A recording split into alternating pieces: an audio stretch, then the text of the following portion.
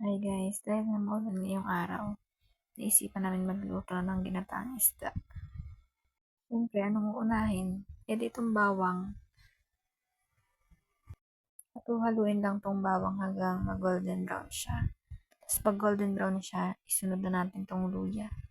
Ewan ko sa asawa ko ba't ito yung gusto niyang isunod. Pero sabi niya kasi, para daw lumabas yung katas ng luya. Tapos yan, paghaluin natin silang dalawa. Tapos syempre, ano kasunod? E di itong nagmamagaling na sibuyas, lagi kang pinapaiyak. Charot. Yan, pag halu-haluin natin silang tatlo at ilagay na natin itong mga isda.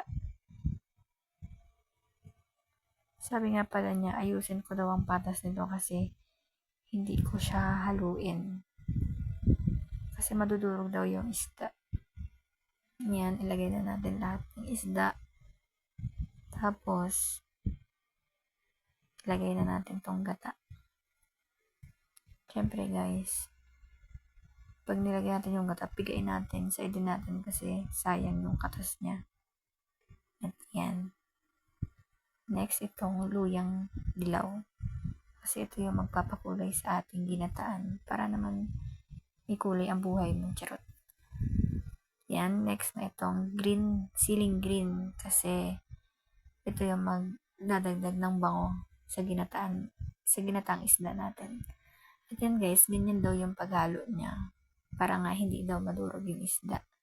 Kulit nyo kasi, tanong kayo ng tanong. Charot.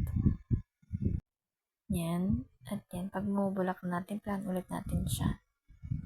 Timplahan lang natin siya ng timplahan hanggang makuha natin yung lasa niya.